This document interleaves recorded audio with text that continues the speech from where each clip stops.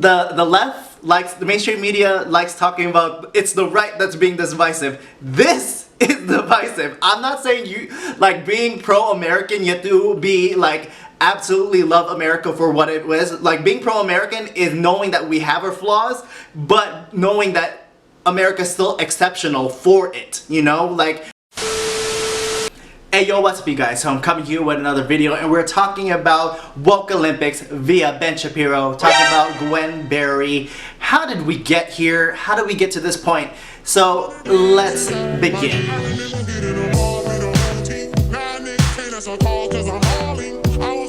But first, of course, if you're new to my channel, what is up? My name is Mitch, Maverick Mitch, Hey Mitch, Mitch, all the Mitches, and pretty much I like talking about what I like talking about. So, current events, reviews, pop culture within the scope of entertainment, culture, and purpose. So, TV, movie reviews, social political commentary. Be sure to check out all those videos as you're finishing this video.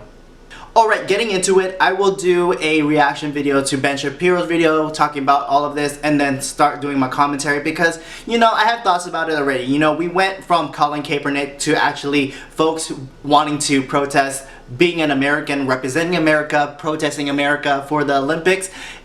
I think the pendulum has swung too far left, right? So let's look into Ben Shapiro and then talk some more. I knew that the national anthem did not speak for people like me in America.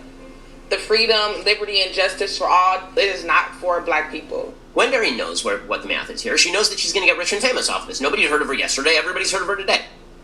Now let's talk about the issue of race in the United States. Okay, so in order for us to live in a common polity, we have to understand certain basic agreements. Right? Even if you believe in a sort of federalist perspective, in a libertarian perspective, there have to be certain basic premises, which is that we all share a country for a reason, and that the country is rooted in some fundamental good. If you believe that the country is fundamentally bad and wrong and that needs to be completely remade, particularly along authoritarian lines, well, that is going to lead to conflict.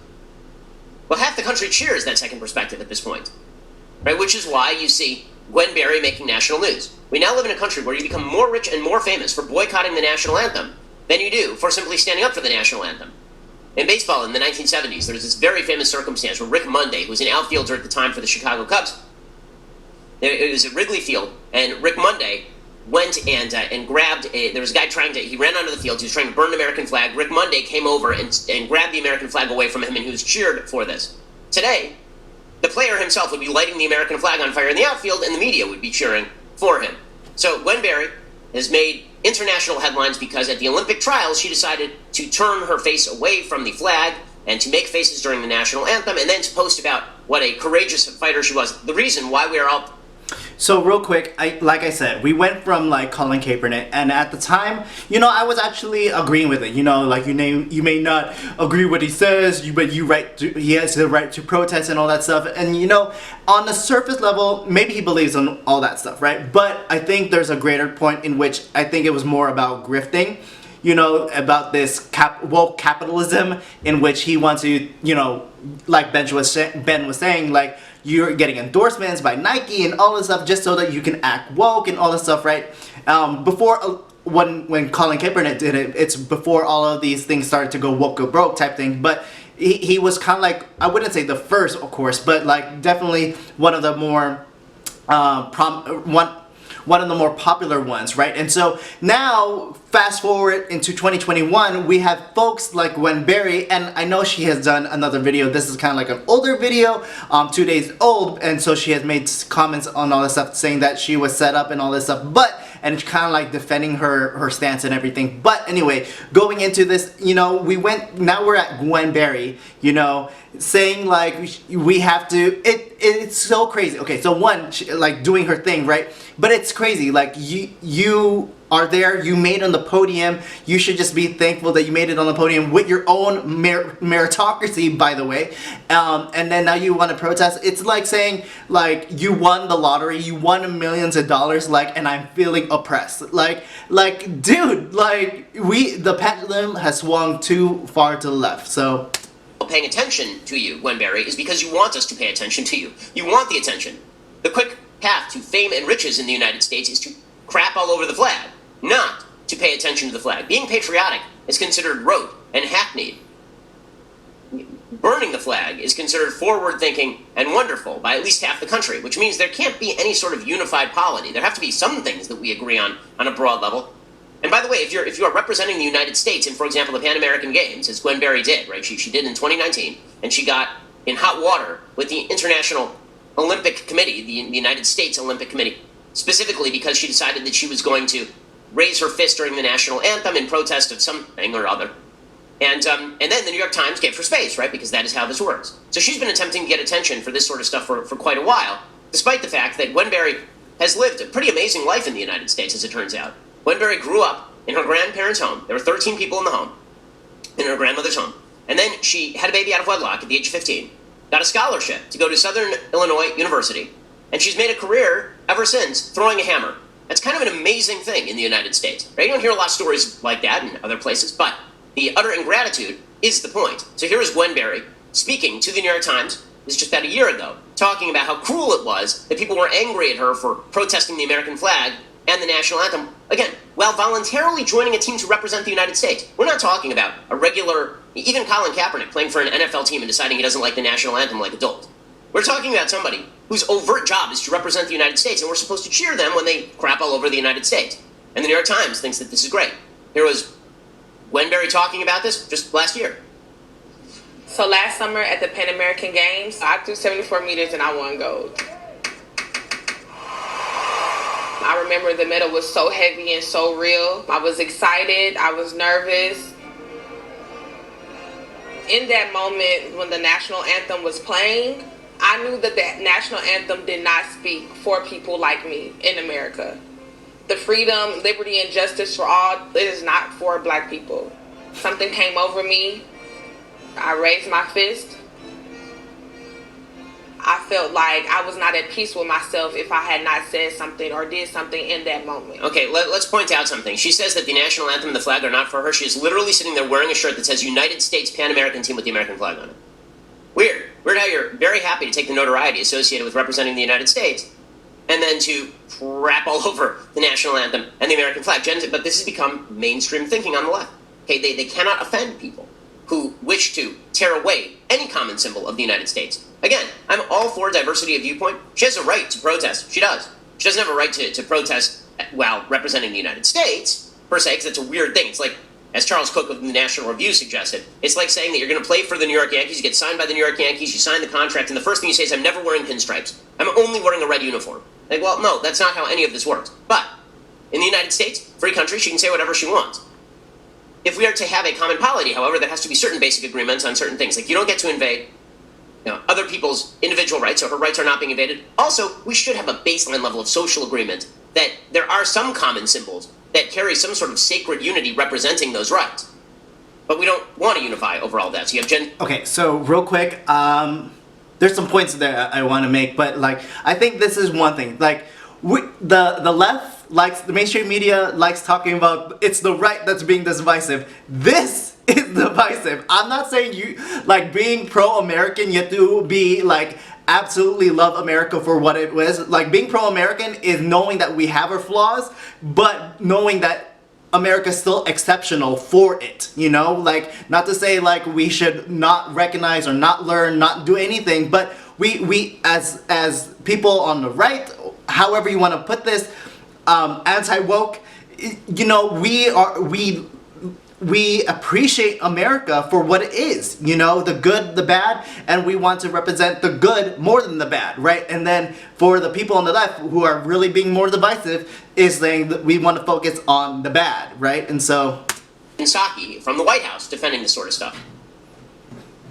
I haven't spoken to the president specifically about this, but I know he's incredibly proud to be an American and has great respect for the anthem and all that it represents, especially for our men and women serving in uniform all around the world. He would also say, of course, that part of that pride in our country means recognizing there are moments where we are, as a country, haven't lived up to our highest ideals, and it means respecting the right of people granted to them in the Constitution to peacefully protest. Well, of course we respect the right of people to peacefully protest. It doesn't mean you're not an idiot, depending on how you protest. But again, this is... Gwen Berry knows what the math is here. She knows that she's going to get rich and famous off of this. Nobody had heard of her yesterday. Everybody's heard of her today. It's that simple. An unhealthy country is one that celebrates people who spend their day tearing down the country while purportedly representing the country. That is not a particularly good thing. All these cultural issues matter. They do. Especially because the kind of idea that America is inherently bad will be crammed down on your kid, right? It's not as though this is a everybody has their own perspective game. People in the United States government right now, in the educational system, wish to push you to believe all the same sort of stuff. They wish to teach the 1619 Project in schools. They wish your kids to be indoctrinated in this sort of nonsense ideology in college. Corporations mirror this sort of stuff. Right? That is a dangerous thing in the United States. Because this is a battle for power. It is. And it turns out the people who respect the American flag the most are also the ones who are basically going to be okay with people in the private sphere doing what exactly Gwen Berry does. And again, I'm fine with that on a basic kind of dissent level.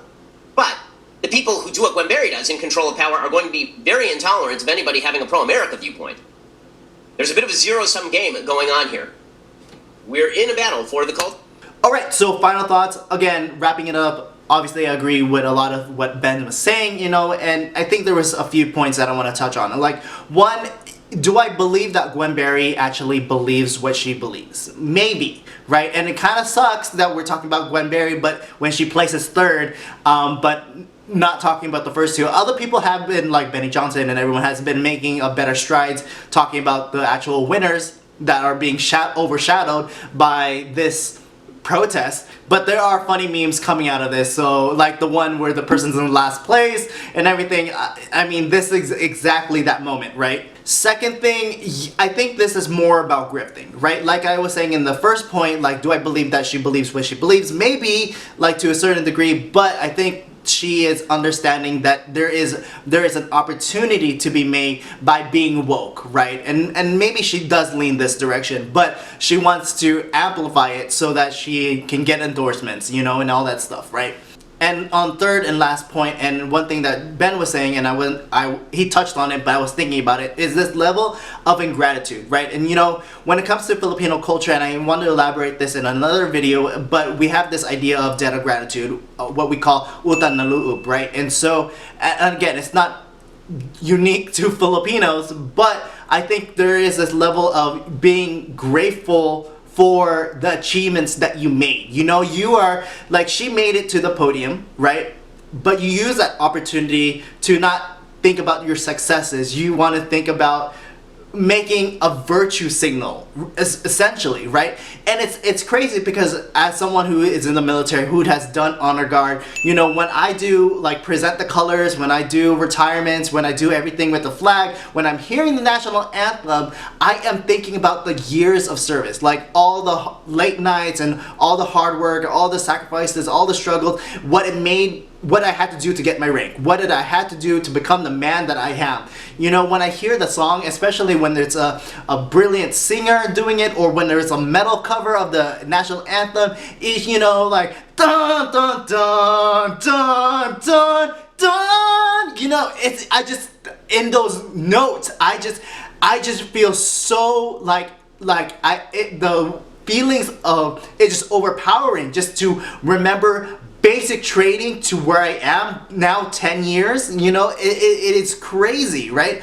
And I would imagine it would go for the same for all these Olympians. You know, you work so hard to get to the podium, and then you know, when you hear the anthem, it's kind of like that level of success that you have achieved, and then she wants to dim this down and say, like, you know what, there's still oppressed people, and I'm gonna virtue signal and not just be thankful for the moment that I have for myself for reaching this moment, you know?